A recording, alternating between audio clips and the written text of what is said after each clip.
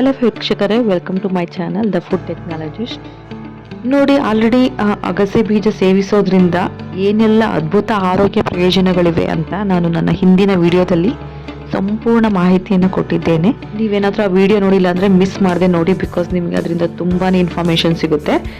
ನೋಡಿ, ಈ ಅಗಸೆ ಬೀಜ ಇಷ್ಟೊಂದು ಜನಪ್ರಿಯತೆ ಪಡ್ಕೊಳ್ಳೋಕೆ ಮುಖ್ಯ ಕಾರಣ ಇದರಲ್ಲಿರುವಂತಹ ಒಮೆಗಾ 3 ಫ್ಯಾಟಿ ಆ್ಯಸಿಡ್. ತುಂಬ ಜನಕ್ಕೆ ಗೊತ್ತು ಈ ಒಮೆಗಾ 3 ಫ್ಯಾಟಿ ಆ್ಯಸಿಡ್ ಸಿಗೋದು ಫಿಶ್ ಮತ್ತು ಸೀ ಫುಡ್ಸಲ್ಲಿ, ಅದರಲ್ಲೂ ಸಾಲ್ಮೋನ್ ಅಂತ ಫಿಶಲ್ಲಿ ಅಂತ. ಈವನ್ ಒಮೆಗಾ 3 ಕ್ಯಾಪ್ಸೂಲ್ಗಳು ಸಿಗುತ್ತೆ. ನೀವು ಯಾವುದೇ ಒಂದು ಹಾಸ್ಪಿಟಲ್ಗೆ ಹೋದರೆ ಒಮೆಗಾ 3 ಕ್ಯಾಪ್ಸೂಲ್ ಬೇಕಂದರೆ, ಇನ್ ಕೇಸ್ ಒಮೆಗಾ 3 ನಿಮ್ಮ ದೇಹದಲ್ಲಿ ಬೇಕಾಗಿದೆ ಅನ್ನುವಾಗ ಡಾಕ್ಟರ್ ಸಜೆಸ್ಟ್ ಮಾಡ್ತಾರೆ ತಗೋಬೇಕು ಅಂತ. ನೋಡಿ, ಎಲ್ಲರೂ ಮಾಂಸಾಹಾರಿಗಳು ಅಲ್ವಲ್ಲ, ಸೊ ಮೀನು ಸೀ ಫುಡ್ಸು ಎಲ್ಲರೂ ತಿನ್ನೋದಿಲ್ಲ. ಸೊ ಈ ಒಂದು ಒಮೆಗಾ 3 ಫ್ಯಾಟಿ ಆ್ಯಸಿಡ್ ನಮ್ಮ ದೇಹಕ್ಕೆ ಎಷ್ಟು ಅತ್ಯಗತ್ಯವಾಗಿ ಬೇಕಾಗಿದೆ ಅಂತ ಗೊತ್ತಾ? ಯಾಕೆಂದರೆ ಇದು ಆ್ಯಂಟಿ ಇನ್ಫ್ಲಮೇಟರಿ ಪ್ರಾಪರ್ಟೀಸನ್ನ ಹೊಂದಿದೆ. ನೋಡಿ, ನಮ್ಮ ದೇಹದಲ್ಲಿ ಇನ್ಫ್ಲಮೇಷನ್ ಜಾಸ್ತಿ ಆದಾಗ ಹೃದಯ ಸಂಬಂಧಿ ಅಂದರೆ ಹಾರ್ಟ್ ಡಿಸೀಸ್ ಆಗಿರ್ಬೋದು, ಕ್ಯಾನ್ಸರ್ಗಳಾಗಿರ್ಬೋದು, ಜಾಯಿಂಟ್ ಪೇನ್ ಆಗಿರ್ಬೋದು, ಇನ್ಫೆಕ್ಷನ್ ಆಗಿರ್ಬೋದು, ಮತ್ತು ವೇಟ್ ಗೇನ್ ಆಗುವಂತಹದ್ದು, ಅಸ್ತಮಾ, ಡಯಾಬಿಟೀಸ್ ಆಗಿರ್ಬೋದು, ಅಲರ್ಜೀಸ್ ಆಗಿರ್ಬೋದು, ಈವನ್ ಡಿಪ್ರೆಷನ್, ನಿದ್ದೆ ಸರಿಯಾಗಿ ಬರದೇ ಇರುವಂತಹದ್ದು, ಸ್ವಲ್ಪ ಕೆಲಸ ಮಾಡಿದ ತಕ್ಷಣ ಸುಸ್ತಾಗುವಂತಹದ್ದು, ಮತ್ತು ಡ್ರೈ ಹೇರ್ ಮತ್ತು ಡ್ರೈ ಸ್ಕಿನ್, ಹೀಗೆ ಹಲವಾರು ಸಮಸ್ಯೆಯಿಂದ ಸಫರ್ ಮಾಡ್ತಿರ್ತಾರೆ. ಹಾಗಾಗಿ ನಮ್ಮ ದೇಹದಲ್ಲಿ ಒಮೆಗಾ 3 ಫ್ಯಾಟಿ ಆ್ಯಸಿಡ್ ಚೆನ್ನಾಗಿದ್ದರೆ ತುಂಬಾ ಇನ್ಕ್ರೆಡಿಬಲ್ ಹೆಲ್ತ್ ಬೆನಿಫಿಟ್ಸ್ ಸಿಗುತ್ತೆ. ಹಾಗೆಯೇ ಇದನ್ನು ಯಾವ ರೀತಿ ಸೇವಿಸಬೇಕು ಅನ್ನೋದು ಕೂಡ ಮುಖ್ಯ ಆಗುತ್ತೆ. ನೋಡಿ, ನೀವು ತಗೊಳ್ಳೋ ಕ್ಯಾಪ್ಸೂಲ್ ಇಂದ ಎಷ್ಟರ ಮಟ್ಟಿಗೆ ಅದು ನಮ್ಮ ದೇಹದಲ್ಲಿ ಬಿಡುಗಡೆಯಾಗಿ ಅಬ್ಸರ್ವ್ ಮಾಡಿಕೊಳ್ಳುತ್ತೆ ಅಂತ ನಮಗೆ ಹೇಳೋಕ್ಕಾಗಲ್ಲ. ಹಾಗಾಗಿ ನಾವು ಅದನ್ನು ಆಹಾರ ರೂಪದಲ್ಲಿ ಸೇವಿಸಿದಾಗ ಮಾತ್ರ ನಮ್ಮ ದೇಹ ಅದನ್ನು ಅಬ್ಸರ್ವ್ ಮಾಡಿಕೊಳ್ಳುತ್ತೆ. ನೋಡಿ, ಸಾಲ್ಮನ್ ಫಿಶಲ್ಲಿ ಒಮೆಗಾ 3 ಜಾಸ್ತಿ ಇರುತ್ತೆ ಅಂತ ಗೊತ್ತು. ಹಾಗಂತ ನಾವು 1 kg ಫಿಶ್ ತಿಂದರೆ ನಮಗೆ ಒಂದಿಷ್ಟರ ಮಟ್ಟಿಗೆ ಒಮೆಗಾ 3 ಮಾತ್ರ ಸಿಗುತ್ತೆ. ನಿಮಗೆ ಗೊತ್ತಿರಲಿ, ಸಾಲ್ಮನ್ ಫಿಶಲ್ಲಿ ಸಿಗುವಂತಹ ಈ ಒಂದು ಒಮೆಗಾ 3 ಫ್ಯಾಟಿ ಆ್ಯಸಿಡ್ ಅಂಶ ನಮಗೆ 1 ಚಮಚ ಅಗಸೆ ಬೀಜದಲ್ಲಿ ಸಿಗುತ್ತೆ ಅಂದರೆ ನೀವು ನಂಬ್ತೀರಾ? ನೋಡಿ, ಅತಿ ಹೆಚ್ಚು ಒಮೆಗಾ 3 ಫ್ಯಾಟಿ ಆ್ಯಸಿಡ್ ಇರುವಂತಹ ಈ ಒಂದು ಭೂಮಿಯಲ್ಲಿ ದೊರಕುವಂಥ ಸರ್ವಶ್ರೇಷ್ಠ ಮಿರಾಕ್ಯುಲಸ್ ಬೀಜ ಅಂದರೆ ಈ ಅಗಸೆ ಬೀಜ.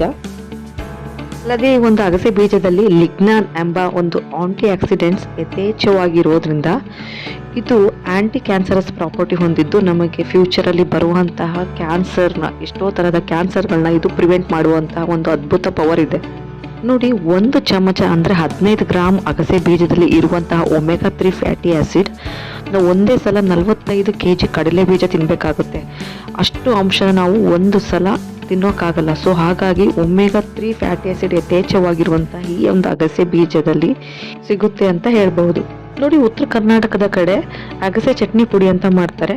ಇವಾಗ ಬಿಡಿ, ಎಲ್ಲರೂ ಈ ಒಂದು ಚಟ್ನಿ ಪುಡಿನ ಮಾಡ್ತಾ ಇದ್ದಾರೆ. ಬಟ್ ಈ ಚಟ್ನಿ ಪುಡಿ ಮಾಡುವಾಗ ಸಿಗುವಂತಹ ಬೆನಿಫಿಟ್ಸ್ ನಮಗೆ ಅಗಸೆ ಮಜ್ಜಿಗೆಯಲ್ಲೂ ಸಿಗುತ್ತೆ. ಬಟ್ ಚಟ್ನಿ ರೂಪದಲ್ಲಿ ಸೇವಿಸುತ್ತಾ ಹೋದಾಗ ತುಂಬ ಒಂದು ಲಾಂಗ್ ಟರ್ಮ್ ಸೇವಿಸುತ್ತಾ ಹೋಗಬೇಕಾಗುತ್ತೆ. ಸೊ ಹಾಗಾಗಿ ಇಷ್ಟೊಂದು ಇನ್ಕ್ರೆಡಿಬಲ್ ಹೆಲ್ತ್ ಬೆನಿಫಿಟ್ಸ್ ಇರುವ ಅಗಸೆ ಮಜ್ಜಿಗೆ ಮಾಡೋದು ಹೇಗೆ ಅಂತ ನಾನು ಇವತ್ತಿನ ವಿಡಿಯೋದಲ್ಲಿ ತೋರಿಸ್ಕೊಡ್ತಾ ಇದ್ದೀನಿ. ನೋಡಿ, ಮೊದಲಿಗೆ ನಾನಿಲ್ಲಿ 1 ಟೇಬಲ್ ಸ್ಪೂನಷ್ಟು ಅಗಸೆ ಬೀಜ ತಗೊಳ್ತಾ ಇದ್ದೀನಿ, ಅಂದರೆ 2 ಚಮಚದಷ್ಟು ಅಗಸೆ ಬೀಜ ತಗೊಳ್ತಾ ಇದ್ದೀನಿ. ಹಾಗೆ ಒಂದು ಸಣ್ಣ ಬಟ್ಲಲ್ಲಿ ಮೊಸರು ಮತ್ತು ಸ್ವಲ್ಪ ಚಿಟಿಕೆಯಷ್ಟು ಉಪ್ಪು ಮತ್ತು ಪೆಪ್ಪರ್ ಪೌಡ್ರು ಫಾರ್ ಬೆಟರ್ ಅಬ್ಸರ್ಪ್ಷನ್ಗೆ ತಗೊಳ್ತಾ ಇದ್ದೀನಿ. ನೋಡಿ, ನಾನೀಗ ಅಗಸೆ ಬೀಜನ ಸ್ವಲ್ಪ ರೋಸ್ಟ್ ಮಾಡ್ಕೊಳ್ತಾ ಇದ್ದೀನಿ. ನೋಡಿ, ಅಗಸೆ ಬೀಜನ ಈ ರೀತಿ ಲೈಟಾಗಿ ಹುರ್ಕೊಬೇಕು. ಯಾಕೆಂತಂದರೆ ಇದರ ಮೇಲ್ಪದರದಲ್ಲಿ ಫೈಟಿಕ್ ಆಸಿಡ್ ಎಂಬ ಆ್ಯಂಟಿ ನ್ಯೂಟ್ರಿಷನಲ್ ಫ್ಯಾಕ್ಟರ್ ಇದೆ. ಇದು ನಮಗೆ ಹೊಟ್ಟೆಗೆ ಇರಿಟೇಷನ್ ಕ್ರಿಯೇಟ್ ಮಾಡುವ ಸಾಧ್ಯತೆ ಜಾಸ್ತಿ ಇರುತ್ತೆ. ಹಾಗಾಗಿ ನಾವು ಈ ರೀತಿ ಲೈಟಾಗಿ ರೋಸ್ಟ್ ಮಾಡ್ಕೊಬೇಕು. ನೋಡಿ, ಇದು ಸ್ವಲ್ಪ ಆರಿದ ಮೇಲೆ ಈಗ ಇದನ್ನು ನಾನು ಒಂದು ಈ ಥರದ ಪುಟ್ಟ ಮಿಕ್ಸಿ ಜಾರ್ನ ತಗೊಳ್ಳಿ. ನೋಡಿ, ದೊಡ್ಡ ಜಾರ್ ತಗೊಂಡ್ರೆ ಪುಡಿ ಆಗೋದಿಲ್ಲ. ಹಾಗಾಗಿ ಒಂದೇ 1 ಟೇಬಲ್ ಸ್ಪೂನ್ ನಾನು ಹಾಕ್ತಾ ಇರೋದ್ರಿಂದ ಅದು ಪೌಡರ್ ಆಗಬೇಕಲ್ವಾ. ಸೊ ಹಾಗಾಗಿ ನಾನು ಈ ಒಂದು ಸಣ್ಣ ಜಾರ್ನ ತಗೊಂಡಿದ್ದೀನಿ. ನೋಡಿ, ಈ ರೀತಿ ರೋಸ್ಟ್ ಮಾಡಿ ಪುಡಿ ಮಾಡಿ ತಗೊಂಡ್ರೆ ಇದರಿಂದ ಡೈಜೆಷನ್ ಇಂಪ್ರೂವ್ ಆಗುತ್ತೆ. ಅಲ್ಲದೆ ತುಂಬ ಚೆನ್ನಾಗಿ ಅದರಲ್ಲಿರುವಂಥ ನ್ಯೂಟ್ರಿಯೆಂಟ್ ಏನಿದೆ ಅದು ನಮ್ಮ ದೇಹದಲ್ಲಿ ಚೆನ್ನಾಗಿ ಅಬ್ಸರ್ವ್ ಆಗುತ್ತೆ. ಇದರಲ್ಲಿರುವಂತಹ ಒಮೆಗಾ 3 ಫ್ಯಾಟಿ ಆ್ಯಸಿಡ್ ಕೂಡ ತುಂಬ ಚೆನ್ನಾಗಿ ನಮ್ಮ ಬಾಡಿಗೆ ಸಿಗುತ್ತೆ ಅಂತಲೇ ಹೇಳ್ಬೋದು.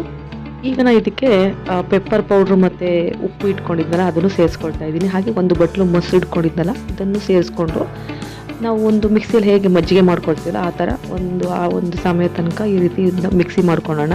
ನೋಡಿ, ಈ ರೀತಿ ಮಾಡ್ಕೊಬೇಕು.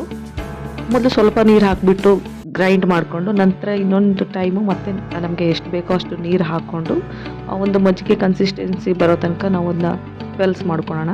ನೋಡಿ ಈ ರೀತಿ ಮಜ್ಜಿಗೆ ರೆಡಿ ಆಗಿದೆ. ಈಗ ಇದನ್ನು ನಾನು ಒಂದು ಗ್ಲಾಸ್ಗೆ ಸರ್ವ್ ಮಾಡ್ಕೊಳ್ತಾ ಇದ್ದೀನಿ. ಟ್ರಸ್ಟ್ ಮೀ, ತುಂಬಾ ಟೇಸ್ಟಿಯಾಗಿರುತ್ತೆ ಒಂದು ಅಗಸೆ ಬೀಜದ ಮಜ್ಜಿಗೆ. ಒಂದು ಮಜ್ಜಿಗೆ ನೀವು ರೆಗ್ಯುಲರಾಗಿ ಸೇವಿಸೋದ್ರಿಂದ ನಿಮ್ಮ ಆರೋಗ್ಯನ ತುಂಬ ಚೆನ್ನಾಗಿ ಇಟ್ಕೊಬೋದು. ನೋಡಿ ಈ ರೀತಿ ಫ್ರೆಶ್ ಆಗಿ ರೋಸ್ಟ್ ಮಾಡಿ ಕುಡಿಯೋದು ಮಾಡಿಕೊಂಡ್ರೆ ಬೆಸ್ಟು. ಇಲ್ಲ ಅಂದರೆ ನೀವು ಅಗಸೆ ಬೀಜನ ಸ್ವಲ್ಪ ರೋಸ್ಟ್ ಮಾಡಿ ಒಂದು ವಾರಕ್ಕಾಗಷ್ಟು ರೋಸ್ಟ್ ಮಾಡಿ ಇಟ್ಕೊಂಡು ನೀವು ಯಾವಾಗ ಮಜ್ಜಿಗೆ ಕುಡಿಬೇಕು ಅನಿಸುತ್ತೋ ಆವಾಗ ಅದನ್ನ ಗ್ರೈಂಡ್ ಮಾಡಿಕೊಂಡು ಈ ರೀತಿ ಮಜ್ಜಿಗೆ ಮಾಡ್ಕೊಂಡು ಕುಡಿಯೋದು ಬೆಸ್ಟು. ಬಟ್ ಏನಪ್ಪ ಅಂದರೆ ಅಗಸೆ ಬೀಜ ಪುಡಿ ಮಾಡಿ ಜಾಸ್ತಿ ದಿನ ಇಟ್ಕೊಳ್ಬಾರ್ದು. ಮೇ ಬಿ ಒಂದು 3-4 ಡೇಸಲ್ಲಿ ಮುಗಿಸ್ಬಿಡ್ಬೇಕು. ಯಾಕೆಂದರೆ ಇದರಲ್ಲಿರುವಂಥ ಕೊಬ್ಬಿನ ಅಂಶ ಆಕ್ಸಿಜನ್ಗೆ ಎಕ್ಸ್ಪೋಸ್ ಆದಾಗ ಅದು ರ್ಯಾನ್ಸಿಡ್ ಆಗೋ ಚಾನ್ಸ್ ಇರುತ್ತೆ. ಅಂದರೆ ನಿಮಗೆ ಒಂದು ಹಳೆಯ ಒಂದು ಎಣ್ಣೆ ಸ್ಮೆಲ್ ಬರುತ್ತೆ, ಕೆಟ್ಟೋಗಿರೋ ಸ್ಮೆಲ್, ಆ ರೀತಿ ಸ್ಮೆಲ್ ಬರಲಿಕ್ಕೆ ಸ್ಟಾರ್ಟ್ ಆಗುತ್ತೆ. ಸೊ ಆ ಒಂದು ಕಾರಣಕ್ಕಾಗಿ ನಾವು ಫ್ರೆಶ್ ಆಗಿ ಇದನ್ನು ಮಾಡ್ಕೊಂಡು ಕುಡಿಯೋದು ಉತ್ತಮ ಅಂತ ಹೇಳ್ತೀನಿ. ಹಾಗೆ ವಿಡಿಯೋ ಏನಾದರೂ ನಿಮಗೆ ಇಷ್ಟ ಆದರೆ ನನ್ನ ಚಾನಲ್ನ ಸಬ್ಸ್ಕ್ರೈಬ್ ಮಾಡಿ ಮತ್ತು ಆದಷ್ಟು ನಿಮ್ಮ ಫ್ಯಾಮಿಲಿ ಫ್ರೆಂಡ್ಸ್ ಜೊತೆ ಶೇರ್ ಮಾಡಿ. Thank you.